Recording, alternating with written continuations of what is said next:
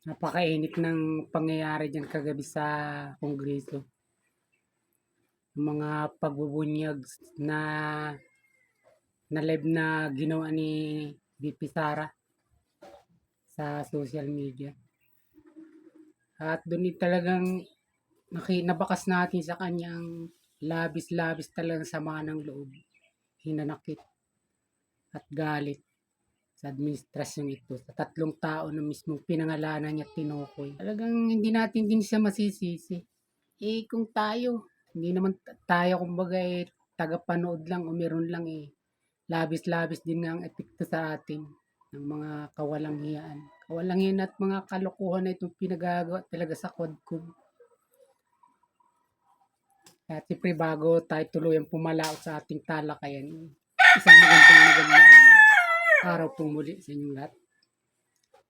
Saan man sulok kayo ng Pinas naroroon o ng mundo, kung saan man nakakarating ang muntikong himpilan. Sumating muli ang pagpapala sa araw na to. Siyempre ang makatang tambay po na walang ibang puhunan kundi ang mga logic lamang ng buhay.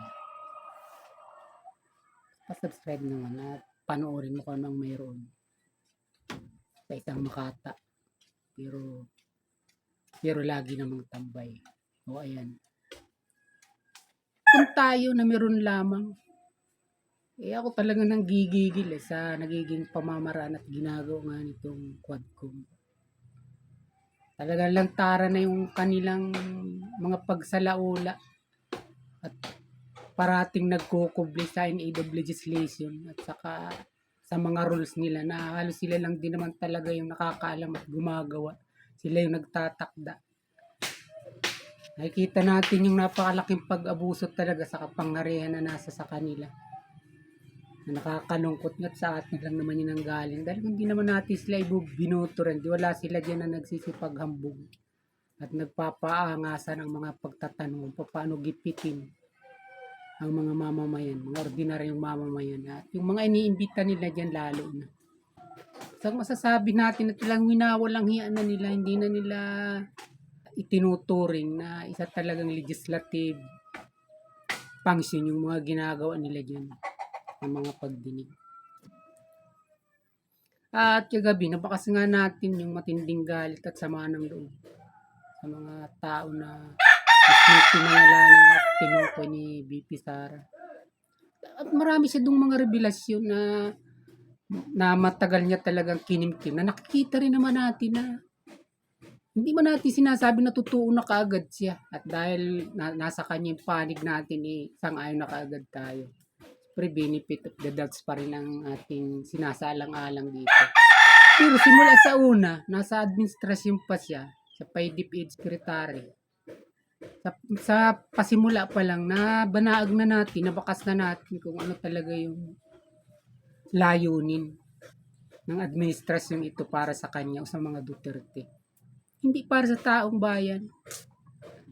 Unang-una nga pakipagsabuatan na kaagad nito sa numero 1 binabagsak at kalabang-kalaban ng nakalipas na administrasyon ang makakaliwang grupo na itinuring ng terorista, mga MP na terorista. Tapos ito yun ngayon yung nagiging kakampi ng gobyerno sa kasalukuyan. At itong dati niyang kakampi na pinagkautangan niya ng loob kaya sila na dyan ngayon nakaupo at nananalakab at namumuruisyo at nanggigipit. Ito ngayon yung kinakalaban nila. Itong tumulong sa kanila kaya ngayon ay nandyan nga sila at namamayagpag sa kapangyarihan at pagnanakaw lalo na. Yan sakit talaga nito. Hindi mo maialis dun kay VP Sara kung minsan talagang yung mga pananalita niya. Siyempre, lalo na yung mga loyalist vlogger, sigurado na yung nanood kagabi ay napakatindi ng batikos na gagawin sa kanya. Siyempre, hindi naman nung tinitingnan kung ano yung kadahilanan kung bakit nagiging ganun si VP Sara. Kung bagay nagiging wild yung kanyang mga pananalita, mga pagpapahayag. Pinagmumura niya talaga. Pinangalanan niya yung tatlo. Si Bongbong Marcos, si Lisa, at saka si Speaker Romualdez. Ay lahat siya may alam dito Katulad na lang itong ipinahayag niya kagabi. Hindi natin alam ito. Na napapanood lang natin sa hearing na bias naman talaga. Nung ilabas nung Gloria Mercado yung mga white envelope na may mga pirang laman. So, kumbaga, pinagbibintan nga siya ng bali mga suhol ito. Pero lumabas dito sa pinahayag niya, ito pala nagmula pa kay Lisa Aranita. Na bilang patunay, wala pa yung confidential fund din, 2022 pa lang, simula pa lang. Meron ng ganong white envelope at nakapangalan sa DepEd. Hindi, pinamahagi niya. Hindi, Sara ngayon siya ang dinidiin dito na galing yun sa confidential fund. O ngayon lang natin ito alam. Dahil sa hearing lang natin na narinig, hindi natin nalaman yung katotohanan dito. At dito nga niya minura ito. Na talagang lahat sinungaling. At ang nakalungkot nga rito, sabi nga niya, hindi ka naman opisyal ng gobyerno pero ang lakas ng loob mamigay ng pira ng gobyerno, hindi ka naman hinalal ng tao. At lahat talaga siya may alam dahil galing siya sa loob. Unang-una mga nakadaupang pala niya itong mga taong ito na tinutukoy niya. Kaya nga itong mga loyalist vloggers na maraming mga pautot na tinatawag na kasi nasisira na yung ulo dahil wild na yung mga pananalita, bumigay na. Hindi nila nalalaman kung ano talaga yung totoong kwento na maaring makaalam ng talaga si Inday Sara. Katulad yung pinahayag na yung kagabi. Kaya asang-asa tayo na talagang baka nga may ganong anomalya na binibigyan ng pira yung mga staff doon. Nabuwanan daw yung nasa siyang nabuwan na ginagawa. Ngayon ito lumalabas yung mga totoong pangyayari sa likod ng white envelope na yun na ginagawa nilang pandurog kay Inday Sara dyan sa Quadcom.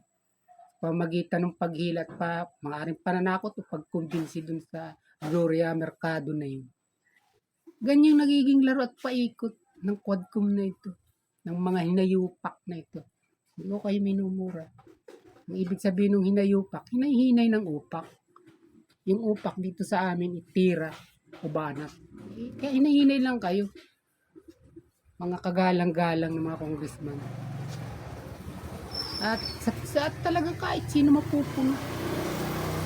Kahit kay Romualdez, talagang binigyan din niya. Dahil sa ambisyon nito na maging presidente o pumalit kay Marcos. Kaya ito gumagawa ng mga ganitong mga pagkilos. Talagang sinupalpal niya ako. Sabi nga niya, ako galing sa ibaba, naglilibot ako. At talagang wala sa kanyang bubuto. Kaya dapat ihinto niya itong mga pangarap niyang ito at mga imahinasyon niyang ito. Nagpipilit siya. Sabi niya ganyan. Katotohanan yun dahil si Romualdez naman puro ayuda. At yun nga, yung mga ayudang yun, doon ikinukubli, doon isinasandal yung mga simplihang mga patagong pagbili ng boto ng tao. Sabi nga niya, nagkukubli sa AIX, nagkukubli sa Tupad, nagkukubli sa AKAP. Totoo naman.